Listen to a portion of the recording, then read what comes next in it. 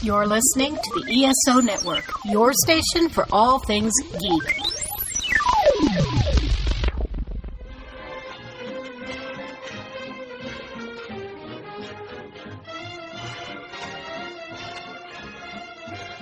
Hello, world, and welcome to Tales from Hollywoodland, a veritable feast of movies, Broadway, showbiz stories, news and gossip, with Julian Schlossberg, Arthur E. Friedman, and Stephen J. Rubin.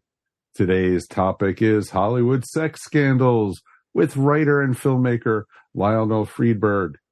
And now, here's Julian, Arthur, and Steve. Thank you for joining us today, which will probably be the first of many episodes involving Hollywood sex scandals. You're our lead-off man because you wrote a wonderful book called Full Service with Scotty Bowers. And for those in the audience who are listening who have no idea who Scotty Bowers is, could you give us a little bit of an initial tutorial on who is Mr. Scotty Bowers? Sure. Well, Scotty was a legend in Hollywood for many, many years, but no one really knew exactly who he was. He was something of a mystery, really. But everybody knew that there was this guy who, over the golden days of Hollywood, its golden era, he arranged tricks, in other words, sexual liaisons, for people behind the scenes. And no one really knew exactly who this guy was. And it took a long, long time for him to come out of the shadows and proclaim himself to the world. And when he did, we got together and I wrote this book about him, and I can tell you later on, if you're interested, how that came about. But Scotty grew up in Illinois on a farm, and then World War II broke out. He was born in 1923. And when the war came, he joined up and became a Marine. And he got shipped off to the Pacific, where he saw a lot of combat. And at the end of the war, he came back, and he was released from service, I think, San Diego. And he came to Hollywood with nothing to do. And a lot of him and his buddies, Marines, the war was over. What are these guys going to do? They had to reinvent their lives. And he got a job at a gas station on Hollywood Blvd. And Scotty was an extremely good-looking guy. And he had some degree of experience with sex from very, very early days on the farm in Illinois. So he knew how to please people. He was bisexual, and he got a job at a gas station. And his buddies used to hang around there at night with him because his job was a night job. The owner wanted to get off early and go home to where he lived in San Pedro, which is just south of L.A. And Scotty had the job of pumping gas at night. And so some of his Marine buddies used to hang around there at night, many of them with girlfriends, some without. And anyway, one night, a car drove up, and Scotty went and said, "Yeah, can I help you?" And the sort of a big limousine, and the window, opened up, and inside he couldn't see who was in the car, but he heard this voice that was familiar, but he couldn't put a picture to the name to whoever it was, and he said, "Can I help you?" And the guy said, "Young man, those young friends over there, are they friends of yours?" And he said, "Yes, they are." And he said, "Well, the one on the left-hand side," he pointed to him, he said, "Is he free or does he have a girlfriend?" And Scotty said, "Well, no, I forget who his name was, and I don't even think Scotty remembered his name." And he said, no, I think he's free tonight." And he immediately knew what the guy wanted. Mm-hmm. So he went over to his buddy standing next to the gas tank, and he said to him, "There's a guy in that limousine who has asked me whether you're available and who you are. And don't argue with me. You've got no money. Just go with him tonight. Do whatever he wants. You'll make $20. I don't know what he's going to do, but you need the money. Go." And that's how it all began, because the next night there was a string of limousines at the gas station. Every art director and hairdresser and makeup artist in town had come to the gas station because they knew this guy, Scotty, the gas pump jockey, could arrange tricks for them. And that's how the legend of Scotty began in 1946. And after having spent some time at the gas station, he eventually became a bartender because he never charged for his services. He was never a pimp. He would just arrange tricks and liaisons for other people. And he'd say, go have a good time, make yourself $20 and you keep the money. I don't want anything from it. So he made no money himself out of any tricks that he arranged for anybody else. And one night, one of the people that he was arranging a trick for, an actor, said, my bartender was supposed to have attended a party at my home tomorrow night, and he's not available. Apart from pumping gas, are you able to mix drinks? And Scotty said, yeah, sure. But Scotty was a teetotaler, by the way. He never drank alcohol. He never touched the stuff. And he said, yeah, sure, I can pour a drink. So he went along to this guy, I forget exactly who it was. And then what happened after that night is he became the bartender, the go-to guy to pour drinks at Hollywood parties for everybody in town. They all wanted Scotty Bowers. Not that he really knew how to mix drinks, but he would arrange tricks for people. He was a good-looking guy. He has a wonderful sense of humor. And then he became the bartender. And that's everybody knew him as Scotty the bartender. The first person who pulled up in that limousine. Yes. Was that Walter Pidgeon, the great MGM player? Yeah, I tell that story in the book. That was Walter Pidgeon, and Walter Pidgeon actually invited Scotty to go to get into the car with him as well at one point. And he said, yeah, and he got into the car. He said, I'll shut down. This is almost midnight. So he said, I'll shut down the gas station. They normally close down at midnight anyway. He got in the car. Walter Pidgeon took him to a friend's house. He didn't know who this guy was. And Walter Pidgeon said to him, you'll have a good time here with me tonight, Scotty. And he introduced him to his friend who was the milliner to the stars, makes hats. And the three of them had a good time that night. And then Scotty became extremely well known among the stars because Scotty was well endowed. He knew exactly what to do. Walter Pidgeon had a good time that night, and the word spread as quickly as wildfire. And so the bartender that was Scotty Bowers, guest jockey - bartender, and eventually bartender only, was in high demand by everybody. And when I say everybody, I mean everybody who was anybody in Hollywood at that time. Well, we should point out, Lionel, that we have to go back and let the audience realize what's going on in post-war Los Angeles. Yes, absolutely. There's a vice squad that's very unhappy with any people who are bisexual or gay, clearly. And there's a morals clause in the studio system. Every one of the people working at a studio is under this kind of umbrella, which clearly states that they cannot in any way engage anything that would be, quote, what was considered immoral. So Scotty was clearly performing a service for people who felt they had a very difficult time having any kind of social life, it seems. Is that valid? That's absolutely true. The Vice Squad were hiding in the shadows all the time, and arresting people for certainly if you were gay, they would arrest you on the spot, and also the studios basically those days during the 40s right up until the 50s, 60s even. Basically, if you were a movie star, you were owned by the studio. You were a contract player. You were on their books. They owned you. All the major stars of MGM and Fox and Paramount and all those pictures, they were basically on the payroll of the studio. And so the studios did not like anybody to reveal their sexual lives or their private lives to anybody because, God forbid, it might ruin their next picture, particularly out in the Midwest where people were a little more closed-minded than they were out here on the West Coast. Isn't it also true, though, that those same studios who were producing contracts with moral clauses also had very active press departments who kept a lid on a lot of this stuff because for the same exact reason, they didn't want to taint the potential of their actors' success. Absolutely. Absolutely. And a lot of the stories which we discuss in the book, and I'll mention two names.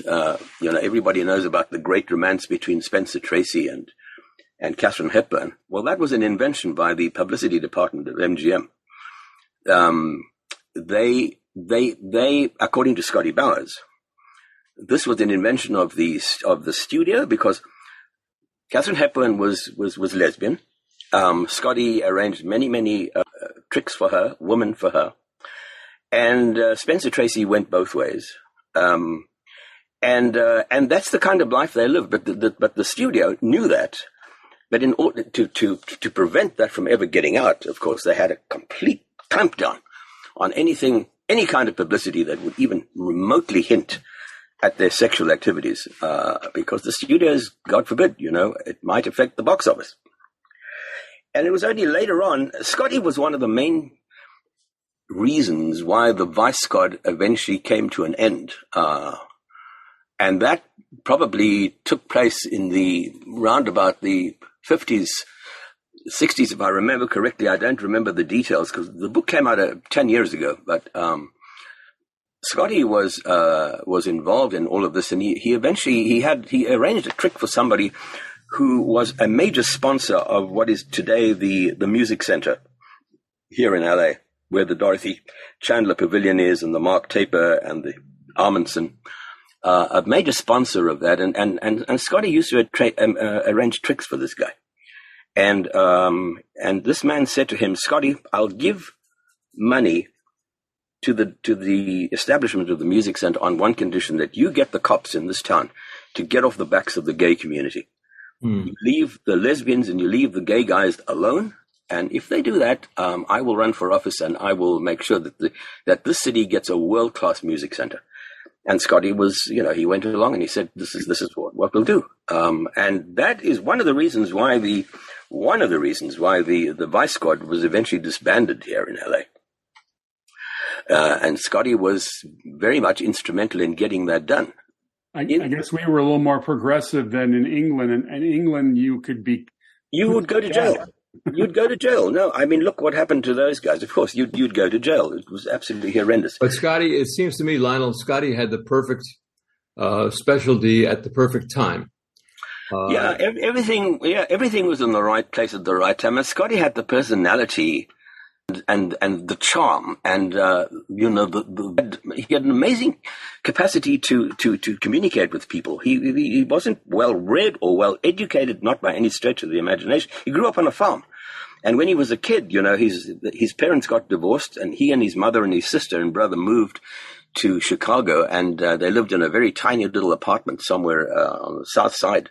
And Scotty knew he had a shoe shine business, and he had a newspaper route that he would deliver newspapers. But even when he did that as a teenager, he was already servicing, for example, and he didn't make any hold back at all when we were writing the book. He said, there was a church down the road.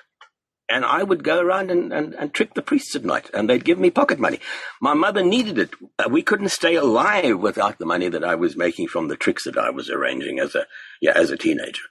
Did any of this seem to affect his adulthood? I mean, after all, he was spending a lot of time, as you say, with priests and servicing them. Yeah. Do you think any of that? I mean, after all, the other thing I've read was that his brother died in Iwo Jima. His daughter, sadly, died at 23 years old. And yet every time I hear him or see him in the film that was done, he's charming, he's outgoing, he's warm. He seems, in quotes, totally like a man comfortable in his skin. He was 100% comfortable in his skin and 100% comfortable in who he was. And he was also, the other good, amazing thing about Scotty is that he was one of the most non-judgmental people I have ever met, which is one of the reasons why I was drawn to writing the book, is because, he said, look, we all have different tastes and we all have different needs. I'm not going to judge anybody. And as long as nobody's being hurt or harmed in the process, why shouldn't you have a bit of fun? And his attitude was, it's okay to be who you are and to live the life that you need, that keeps you happy, as long as you're not doing any harm. You're not doing any harm to anybody. Breaking the law is another matter. And I said to him once, I said, Scotty, with reference to your question, Julian, I said, don't you think that you were in any way, adversely impacted by your exposure to sex at such an early age? Do you think that harmed you in any way? And he said, absolutely not, because he was introduced to sex by a guy who lived next to him when he was I think he must have been about 11 years old. And the neighbor came over one day and said, I've got some repair work I need done. You want to come and give me a hand? And his mother said, go with him. And what the guy did was to undress in front of him. And he told Scotty, look, I'd like you to help me out here. And what he did was engage in oral sex. He was an 11-year-old. He wasn't even a teenager yet with this farmer. And I said, but Scotty, people would regard that as child abuse, And he said, absolutely not. He said, I'm very pleased this man did this to me. How else would I have known about this? How else would I have learned about this? And I think it helped me in later life to realize that, this is what folks do. And why shouldn't they? And why do we have to keep it under wraps? And why do we have to make it illegal? And all of the, when I was in the process of writing the book, there were a lot of these sex scandals, Monica Lewinsky and all the rest of them, Scotty said, all of this is absolute BS, These are people just taking advantage of the law. Very, very few of those people, including, young boys being abused by priests. He said, I can tell you, and I'm speaking for myself, I was not abused, and I don't think it harmed me in any way, but people are now taking advantage of that in order to make some money out of it. That was his opinion of what this is all about. He didn't regard it in any way as being child abuse or incorrect or the wrong way to behave. That's what folks do, he said, and that's okay by me. But Lionel, we would all agree there are a lot of people who were damaged by that too, right? Of course there are. There's no question of that. Absolutely. Yeah, you know what I'm interested in? I would imagine the two of you must have had some people quite upset about Spencer Tracy and Katherine Hepburn and doing these things and coming after you guys because they're now no longer around. Did you ever feel that he exaggerated at times or lied at times? Did you think it was pretty true? I mean, after all of us have an ability to kind of tell a story. I had about 150, maybe more, 150 hours or more of interview time with Scotty. I would invite him here to my house. I would sit him down. I'd pin a microphone to his collar, a lapel mic. And I'd just say, Scotty, all right, go. Just talk. Scotty was all over the map. Nothing was in chronological order. Nothing was from my childhood to my youth to my this. It was all over the map. I had to take all this information and create his story out of it because Scotty was here, there, and everywhere. And I would take him out. I would say, Scotty, you remember about 3 or 4 weeks ago or 3 or 4 sessions ago, you told me about XYZ, this and this and this happened. And he would say, yeah, and he would repeat it exactly as he told me before. He never contradicted himself, ever. And I found that extraordinary because you don't find that in people. And the other thing about Scotty is he had a photographic memory. He could remember license plates, telephone numbers, addresses, as though they were imprinted indelibly in his brain. And he really had the most extraordinary memory of anyone I think I've ever met. And, as we went, I checked him many, many times. I said, Scotty, just tell me that story again, or tell me that story again, or tell me this again. And it would come out exactly as he gave it to me originally. So that made me think, this guy's he's not telling me lies here. This is the truth. And, when the book came out, I thought, God, fire and brimstone is going to come down from the heaven. once the book came out. But we had one of the first book signings we had was on a bookstore on Sunset Boulevard here in LA. Very well done. Book Soup, exactly. And at that particular book signing evening, the bookstore promoted the book signing, and the place was completely filled with people. There was standing room only. And Scotty spoke, and there were a number of very, very elderly men and women in the audience, some, sort of tottering on canes and, just barely able to walk. And Scotty would tell these stories, and you'd see a hand coming up, a feeble hand in the back saying, "Oh, yes, I remember that. That's exactly right, Scotty. That's exactly how it happened." They would validate everything he did. And, when we had the launch of the book here in LA, Gore Vidal was at that evening, present that night. And he was not well at all. He was really ill, and it was just a couple of months, I think, before he passed away. But there was a lot of people at that evening. It was here at the Chateau Marmont in Hollywood. And Gore Vidal gave the last speech of his life that night. And there's videotape of this, so I mean it exists. And when the time came to say, okay, the book is now available, we handed it over to Gore Vidal because he and Scotty Bowers were extremely close, and Scotty had known Gore Vidal for years and had arranged lots and lots of tricks for Gore Vidal over the years. And Gore Vidal said, I'm virtually quoting what he said, almost word for word. He said, "Everybody in this room in Hollywood, we're known to, invent things and to tell lies. But there's one person in this room who has not and is incapable of telling a lie. And that is Scotty Bowers. And I can vouch for that because I was there."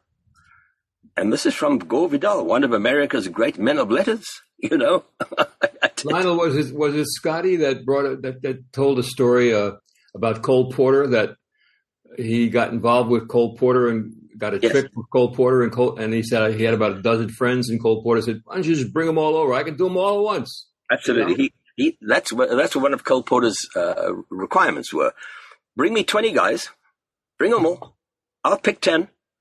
And, Scotty would go to his place or go to a hotel room or wherever it was, and he'd bring 20 young guys, and Cole Porter would say, "I'll take that one, that one, that one, that one, that one, that one, that one." The rest can go. Like a casting call. And he'd sing songs along with the whole thing, right? Yeah, and that's it. And then one evening, Cole Porter was an interesting guy. There's a long story there about Cole Porter where he invited a bunch of people to his house. And he had Scotty hide under the dining room table. And he said, "You just get these people. I'm going to get these people, talking around the dining room table. I'm not going to make an appearance for a while. We'll have them, lots of drinks available, lots of food available. I'll come in late, but you sit under the dining room table and listen to what they talk about." Because Cole Porter wasn't, maybe, he had some inferiority complex. I'm not sure what it was. Scotty might have explained it better. And there was Scotty underneath the dining room table while all these people were speaking about Cole Porter and saying, things about him. Some of them were not too flattering. And eventually Cole Porter arrived. And then Scotty made an appearance from underneath the dining room table and said to Cole Porter, "He's your friend. He's your friend. She's your friend. He's not, And I mean, Scotty, I mean, it's like a laundry list of people. You can go on and on and on. And all of these are in the book because Scotty, I could not use all the stories that Scotty told me. A lot of it ended up on the cutting room floor. I just couldn't put it in. There was so much. The book begats a documentary film. Yes, it did. And we happen to have a theater west of Fort Lauderdale, some 8-10 years ago, whatever it was. And we played the film and killed them with it. We had an older demographics. Yeah. And senior citizens came to this movie, and out of the exploitation of it, of course, but they loved the story of Scotty. Yes. There was a great story there, as you're saying. Yeah. But we did a lot of business with that movie. How did the film come about? How did that go, you go from the book to the film? Well, I did not personally make the film. The film was really made by Matt Turnauer. It was his idea. Matt is a writer and a filmmaker, and he was the one who read the book and decided that a film needs to be made based on Scotty's story. He was very inspired by Full Service, the book that I wrote with Scotty. And he went to Scotty independently and said, listen, can I do a documentary film with you? And Scotty agreed to that. And so he and Scotty worked very, very closely on developing that movie. And as you say, I think it was very successful. I was involved as an executive producer, but Matt was the one who actually made the movie and worked directly with Scotty. And it ran. I'm not sure. You probably know more about it than I do. I don't know what the box office receipts are and all the rest of it, but it still plays regularly. It's on cable all the time. Not on cable, but it's on the streaming service all the time, I think now. Interesting. It's a very interesting film to watch. Well made. Yes, it is. And the outing of people, of guys that you noticed, like you said, Spencer Tracy, and there are certainly others. Tyrone Power being bisexual. Yes. The world at large just didn't know these things. So whether they read the book or saw the film, it was, it was entertaining to them to find thoughts. I can tell you this. The publishers told me, and of course they're the ones who got all the letters after the book came out, that they were inundated by mail from all over the world about people reacting to the book and the story that Scotty told. And a lot of personal friends of mine. I mean, for example, I knew a woman. I worked with her in television years and years ago. And when the book came out, and I said, she lived in England and I was here, and I said, June, the British version of the book has just come out. It's got a different copy to the American version. Go and get yourself a copy and read this. It's a fantastic story. Well, she never spoke to me again. She called me up one day and she said, how could you say that about my favorite movie star? And she was actually referring to Walter Pidgeon. She said, you completely destroyed. How can you say that about him? And I said, she would never speak to me again. And I said, June, you fell in love with the character. The actor behind the character is a different individual. Don't you get it? And of course, she didn't get that. But, it destroyed her illusion of this man that she had in her mind. I think she was referring to, I don't know, Blossoms in the Dust, or one of those great movies that he was in. Mrs. Miniver. Mrs. Miniver. That's exactly, yes. Well, Lionel, let's rewind a little bit further. Tell us how you met or were introduced to Mr. Bowers in the first place. We had a mutual friend. My wife and I were at a dinner party in Beverly Hills, and the lady's name is Joan Allemund. And I will be eternally thankful to Joan for being so instrumental in getting all this going. And, she had a bartender at this particular dinner party, because, as I said, Scotty became a bartender, and Scotty was the bartender that night. And Joan said to me, you should talk to Scotty, the bartender. You're a writer. You made some good movies, and Scotty has an amazing story to tell. And I think that the two of you will get on extremely well. And the reason why she felt that is because Scotty loved little critters like little dogs and cats, as I did. And she said, the two of you love animals. Why don't you talk to each other? Which I did. And I thought, but that's not a reason why she's telling me to do this. And when she said, he's got an interesting story to tell. Well, as the evening went on and I wanted another Chivas Regal, I went up to the bar and I said, Scotty, I believe you like dogs and cats, as do I. And Joan says I should talk to you. And he said, yeah. And he poured me a drink. And I said, she said that you've also got an interesting side to your life that maybe I'd be interested in. And he said to me, really? She told you that? And I said, yep. And he said, well, how much time you got? And I said, well, how much time do you need? And he told me one or two tales from the golden age of Hollywood. And I said, you are kidding me. Really? Why haven't you ever thought of writing a book about that? He said, no, I don't want the world to know. I want to stay in the background. I don't want anyone to know who I am. I'm a mysterious figure as it is, and I like it that way.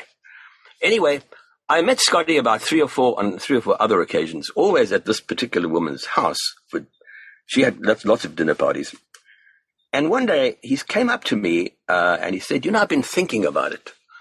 I've been saying no to people for years and years, and maybe it is time. I'm not getting any younger. I think at this point he was already in his late 80s or early 90s. Scotty died. He was 96. He was 96 years old.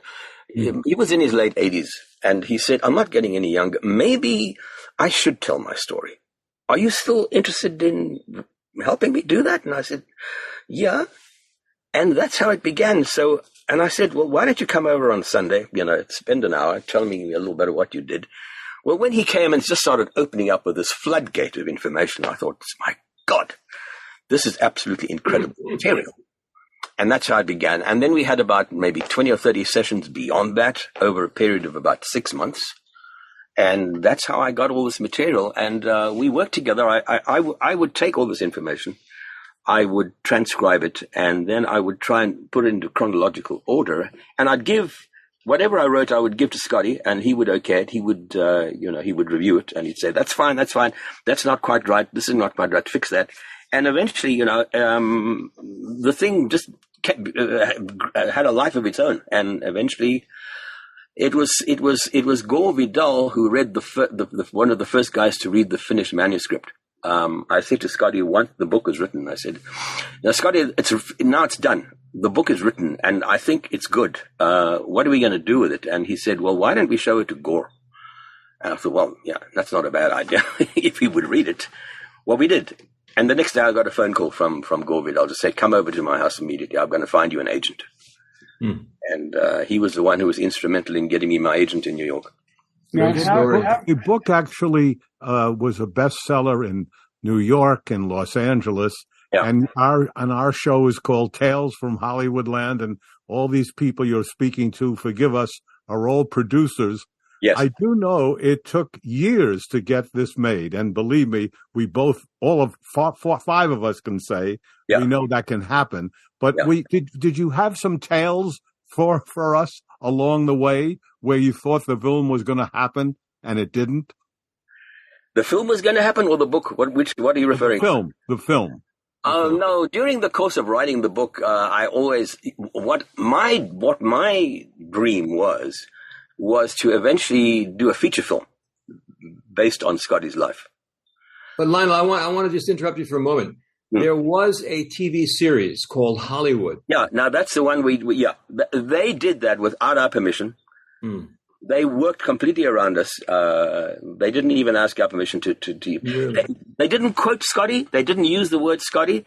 So they got around it that way legally. They obviously thought about this very, very carefully, and they went and made the movie. But the film opens up about a young guy at a gas station with a trailer in the backyard and all the rest. That's straight out of Scotty's life. Right.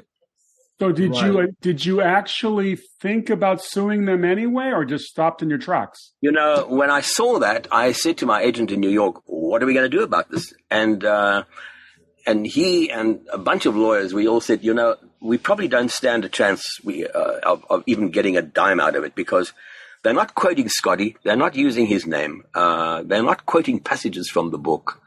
The rest of the story of that Hollywood series was their own invention, but it was firmly rooted in the character of Scotty. Not a winner. You probably couldn't have won that thing. Lionel, Julie and myself and Steve, of course, have been around the movie business for a long time. Yeah, we've met lots and lots of movie stars, and one of the things you get to realize is that they're people, just like everybody else. Of course, absolutely. Yeah, it was Richard Nixon. When they had Leonid Brezhnev come to Camp David, and Nixon noticed that in his entourage there was a beautiful woman who happened to be he asked about it. That's his masseuse. He gets to relax. And Nixon said, if you know a man's sex life, you know everything you want to know about the guy. Yeah. He planted a camera in his lodge, as it turned out. Oh, really?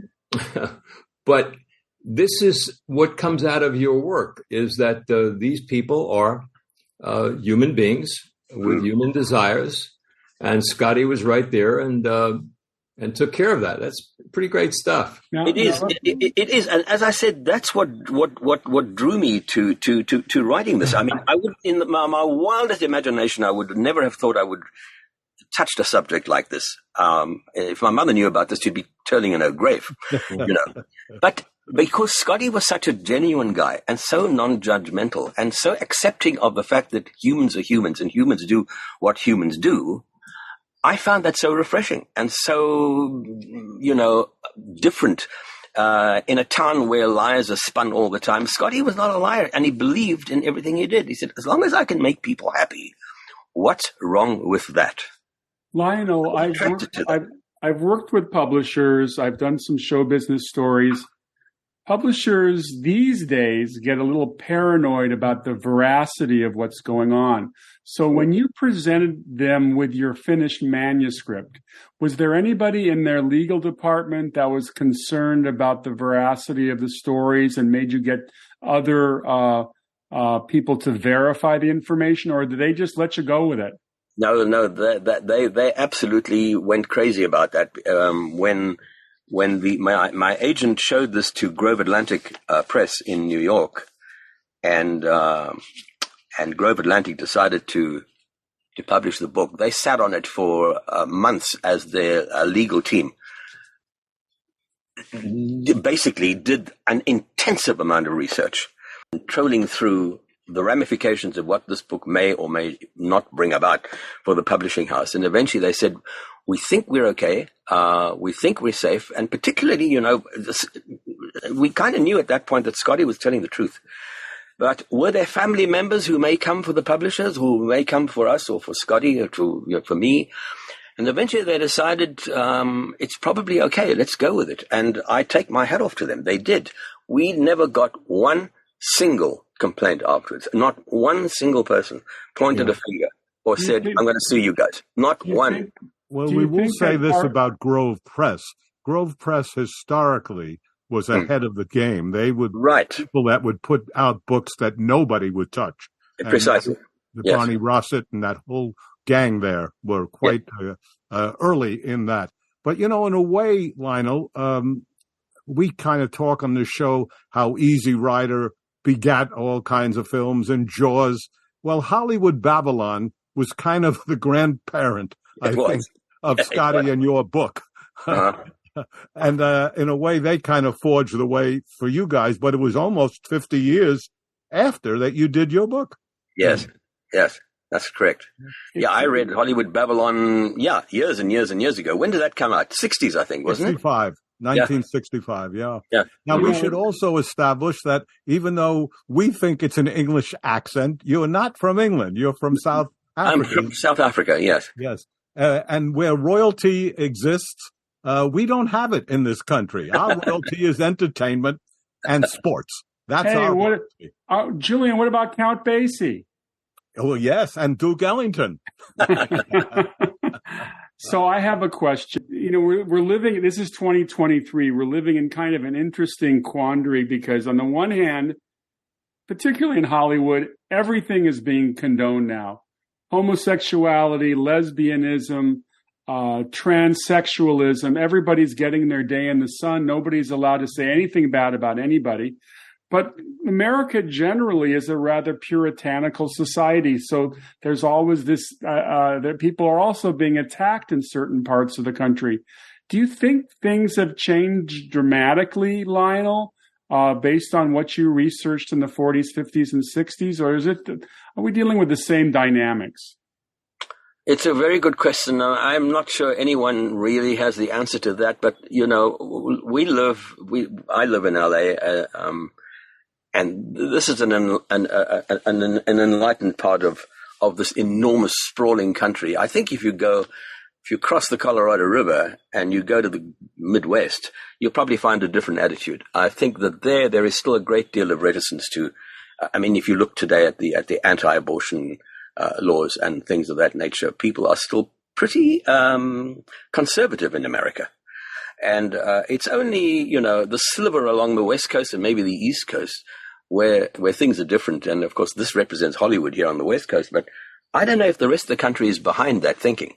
But Lionel, the reality is that this 10% factor is wherever it is in the world, apparently, that it's in Colorado, it's in Chicago, and all over the place. Wasn't the King of England bisexual, as I recall? One of the big stories in the book is the story of the king who abdicated from the throne. Yes. He became king and had this great romance with supposedly with an American divorcee the Duke of Windsor I'm talking about, and he decided not to take the crown. And the reason was, this, according to Buckingham Palace, that the king, the king-to-be, had this great romance with this American woman. She was a divorcee. And that would not be right, that the king would not be allowed to marry a woman who'd been divorced. And we're talking about the when was it, the 30s, the 40s? And so it would have been, according to British tradition, would not be the right thing to do. Because the king was also a queen. That's the thing. And of course, that's the real story, is because he was gay. And she was, I don't want to use the word dyke, but she liked ladies. She liked women. And the story was invented by Buckingham Palace to protect them. And this whole story about this great romance and this great love affair, and that's why he decided to not take the throne and abdicate and give the throne to George, who became George VI. Well, again, it's like Buckingham Palace playing movie studio. God forbid people should know the truth. We can't have a gay king, playing queen on the throne. One of the most interesting things that seemed to come out of reading the book and seeing the film was Kinsey. That Kinsey was so enamored of Scotty and everything he did. Did you get involved at all with Kinsey, or that was not at all. No, that was all Scotty. No, Scotty on his own. Scotty was involved in the most incredible people. He actually, I'm not sure if the story's in the book, but Scotty told me a story. He met the daughter of King Farouk of Egypt at an event here in LA. And she told him stories about her father, King Farouk. Apparently, King Farouk had a warehouse of pornography in Cairo and in Paris and in Rome. This is the king of Egypt. Before he abdicated, and this is before Gamal Abdel Nasser became the president of Egypt. But King Farouk, basically, he was another one. And Scotty said, "I wish I knew him personally, but he didn't.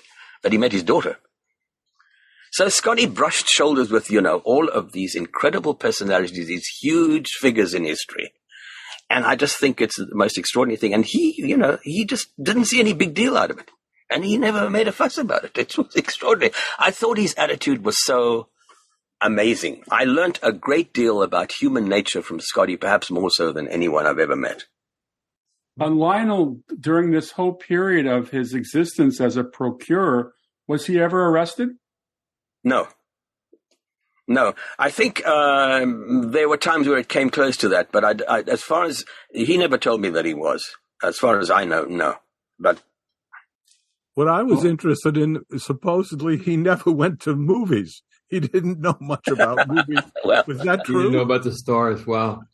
Well, that is true. He didn't. He said, "I haven't got time for movies, sweetheart. I haven't got time to movies. I'm too busy doing other things." I as a kid had one of my real favorites was Randolph Scott in westerns. Yes, he was fantastic. Of course, and you could learn through and a masculine guy, right? Yeah, to say the least. Yeah. But when I learned through your book that he happened to be gay or something. What? Randolph Scott, Yeah. Randolph Scott and Cary Grant had a house together in Malibu. They owned a house together. They were both married, but they spent most of their time together at their house in Malibu. Yeah. Cary Grant and Randolph Scott. Wouldn't it be fair to say that most likely they were bisexual? Yeah, of course. Yes. But I think their preference would be they were, I think according to Scotty, they were happiest when they were together, these two guys. And I think that applies to a lot of people today that I know. Lionel, does Danny Kaye enter the narrative at all? No. Scotty didn't know Danny Kaye, but I mean, I've heard lots of stories, rumors, if you want to call it that, about Danny Kaye. Yes. Right. There's never a shortage of rumors. Of course. There's never a problem with that. Yeah. Woody Allen said that being bisexual, it's great because it doubles your chances for a date on Saturday night. Yeah, that's what he said. Yes. And Rock Hudson supposedly said, "Why would I eliminate half the human race from my sex life?" Now, one of the people mentioned in your book, who, according to one of the notes I read, willed 3 houses to Scotty was a gentleman named Beach Dickerson. That's right. Now, Yeah. who is that? You know, Scotty never told me too much about him. Beach Dickerson, in fact, I came across an article, maybe it was the day before yesterday. Scotty's house up in the Hollywood Hills has just gone on sale. The whole place has been renovated. Beach Dickerson gave Scotty basically 3 houses, willed him 3 houses. The main house where Scotty lived is up in the Hollywood Hills with a spectacular view of the city, and you could see all the way from the downtown skyline all the way across to the Pacific. And Scotty lived there with his wife, Lois. And I spent a lot of time there with the two of them while we were in the process of writing the book. That house has now gone on the market. I'm not sure who's put it on the market. And I'm not sure who the owner is of the property, but it's now been listed at almost $3 million. It's been completely renovated and cleaned up. And it's listed as the property where Jennifer Aniston lived while she was making Friends, because, and this Scotty did tell me that Jennifer Aniston lived in the cottage. There's a little cottage just down the hill from where the house is. That's part of the property. She lived there while she was making Friends. And he told me stories about her that didn't make the book, but, you know, and can it make the show? Good one, Julian. Yeah, and I know she just had lots of lovers, and you know he just said that she had a healthy sexual appetite, which is fine, and so the house is now listed as where Jennifer Aniston lived, and it's on the market for $3 million, and that was left to him by Beach Dickerson. I think there are some details in the book, I don't recall the details, where he tells me why Beach Dickerson willed him those 3 properties.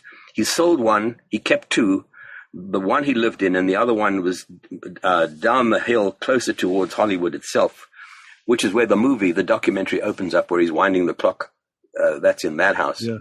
And that's one of the things that was amazing in the movie was to see that he was kind of a pack rat. This guy, totally. I've never seen anything like that. If you saw the house that's now been renovated and is now for sale up in the Hollywood Hills, you would not believe. I have never seen more newspapers and magazines and just stuff packed from ceiling to floor in the trunk of his car. You know, one day he pulled up at the house, and he always traveled with his dog, Baby. He loved this dog. This was the love of his life. Baby was the love of his life, his dog. And he would come here for these recording sessions, and the dog would stay outside. And then I asked him something, and he told me the story about Nestor Almendros, who also lived with him for a while. Nestor Almendros was a cinematographer who won the Academy Award for cinematography for, was it Days of Heaven? Yes, I think that's right. I think it was. And he said, and let me show you the Oscar. And I said, where is it? And he said, it's in the trunk. And we went outside to his car. He opened the trunk of a car, and it was full of schmutz. You have no idea, just crammed with stuff, newspapers and boxes. And he sort of rummaged through all of this stuff, throwing things out. And there at the bottom of the trunk, he pulled it out, and there's the Oscar of Nestor Almendros in the trunk of his car. You know, that was Scotty. And his house was full of little surprises like that everywhere. You know, given what you've told us earlier, that he did not take payment for any of his procurements, how did Scotty make a living all those years? You know, he did work as a handyman. He would trim your hedges. He'd fix your roof.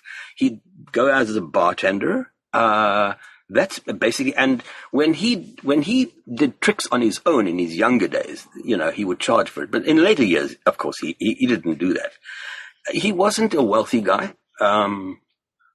He sort of eked out a living as a bartender, as a handyman. And I remember there's one story he told me where he was walking down the road one day, and he met a friend, and the guy was in his garden, and Scotty said to him, "Stop doing that! I'll come and fix it for you." You know, I think he was fiddling around with his lawnmower or something, and he came back later, and he fixed the lawnmower for this friend of his.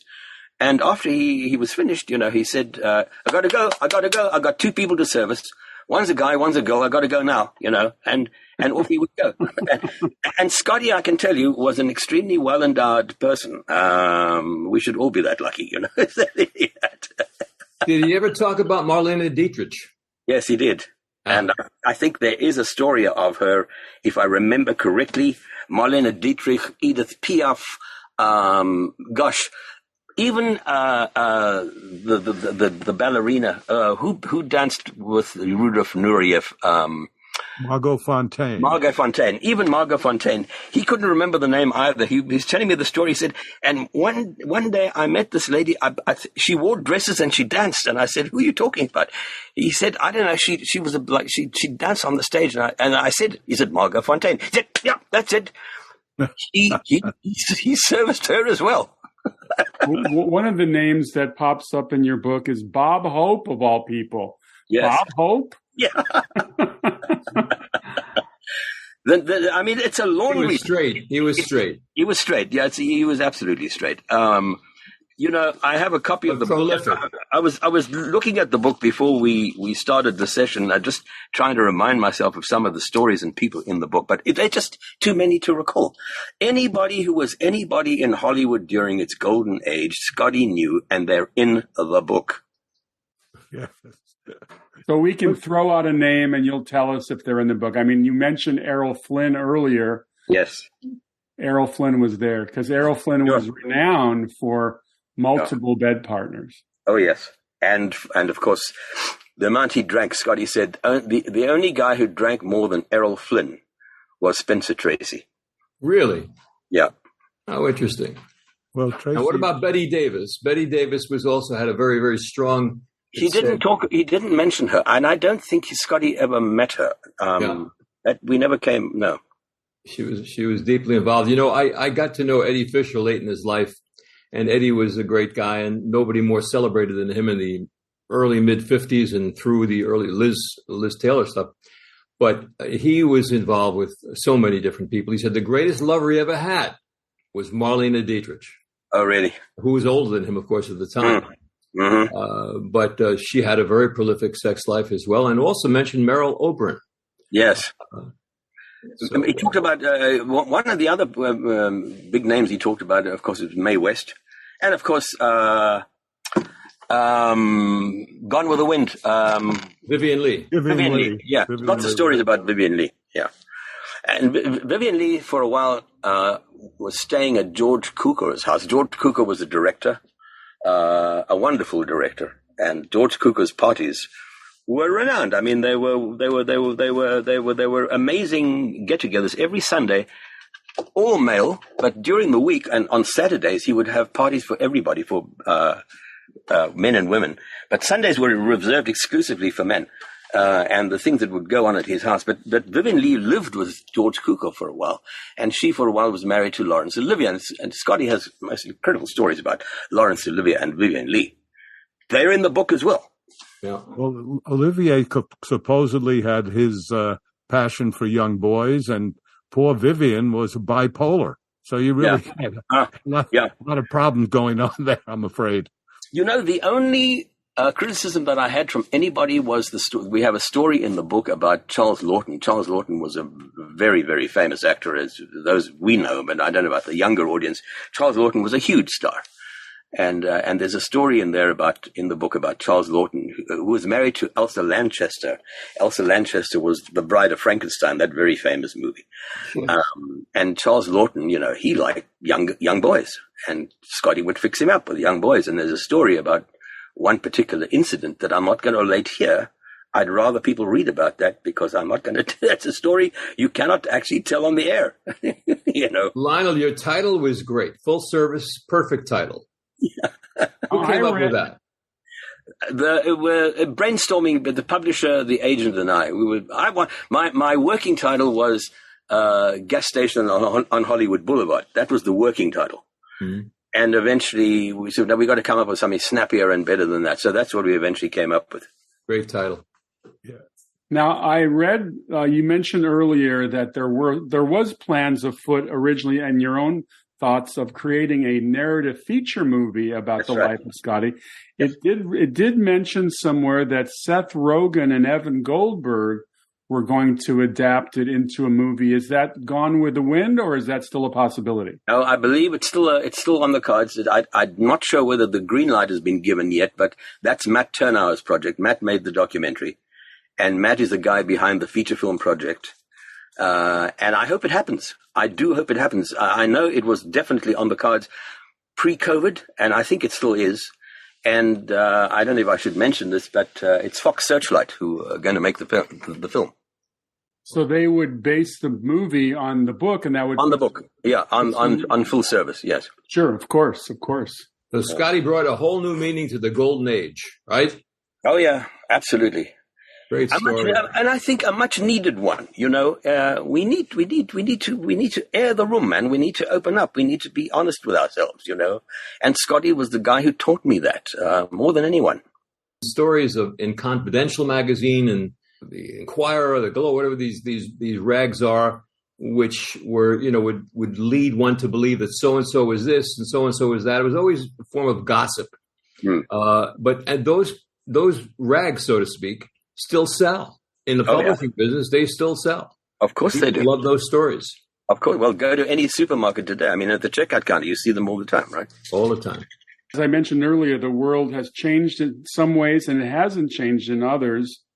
I guess in a way, the heir to Scotty was the young woman, the Hollywood madam. You guys remember her name? Heidi Fleiss. Heidi Fleiss was like the 1980s equivalent of Scotty. Yeah. However, she made a lot of money. She did, yeah. She made a fortune, I believe. Yeah. And I think, you know, and she probably, you know, took up the reins from Scotty because Scotty stopped being active during the 80s when AIDS began to rear its ugly head. And he said, okay, I'm pulling back now. It's enough of, I'm not arranging this anymore. It's becoming dangerous. And so he sort of, you know, pulled away from it all at that point. What would you say of all, Lionel, you miss the most about Scotty? Two things. His wonderful sense of humor. And he really was. He had a wonderful sense of humor. But also the fact that he was such a non-judgmental individual. To have someone like that around you, you know, is like a breath of fresh air.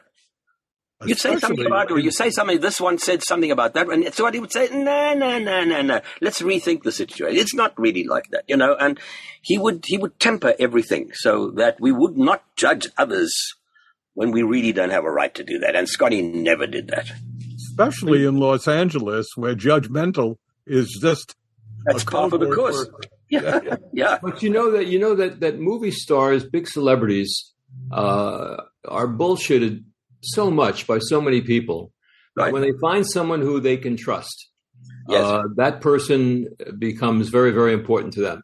Yes. Scotty sounds like a guy they could trust. He was absolutely like that. He was a quintessential example of that. Yes. So you were originally introduced to him because your opening thing was the fact that you both liked small animals. When Scotty came over to your place to do the work, would he bring one of his animals with him? He would always bring his dog, Baby. He called her Baby. Yeah, always. He loved her. I think and in fact, the book is, when we did our dedication at the beginning of the book, Scotty's dedication is to Baby. And what kind of dog was Baby? Baby was a sort of mongrel arrangement, you know, just and not a very friendly dog, but she was crazy for Scotty. and he loved her. Well, this has been terrific, Lionel. We knew that we could get a really fun interview out of you, and you haven't disappointed. Well, thank you. I appreciate that. And I appreciate the opportunity of being able to talk about Scotty again. You know, I miss the guy. And Joan Allemund, who's the lady responsible for all of this happening, you know, she's the one who got Scotty and I together in the first place. She's elderly now. She's not well. And I'm going to tell her that I told her that we're going to do this today. And I am going to send her a link to the podcast. She will absolutely enjoy this. And I know that she misses Scotty more than anyone because they were such close friends, platonic friends. Lionel, you've been a terrific guest. You really have. Well, to our listeners, if you've made it this far in our show, why don't you subscribe? It's free and we're available on Apple, Amazon, Spotify, wherever you get your podcasts. We would really appreciate it. And please don't hesitate to recommend us to your friends and family. We also love to hear from our viewers, our listeners. Send us an email, talesfromhollywoodland@gmail.com. And again, Lionel, thank you so much for a very lively interview. Thank you, guys. It's been a pleasure, and I had fun.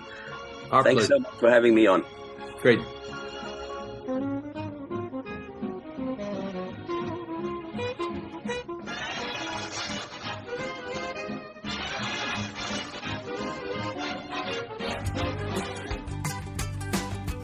Hi, this is Jim Adams from Monster Attack, inviting you to join us every Monday night at 5 o'clock for an all-new episode of Monster Attack. For the last 7 years, we've been talking about these wonderful movies that we grew up with as monster kids. So join us every Monday at 5 p.m. right here on the ESO Network. This has been a broadcast of the ESO Network. Be part of the crew and help support our shows by donating to our ESO Patreon or by shopping at the TeePublic store, which can all be found at www.esonetwork.com. The ESO Network, your station for all things geek.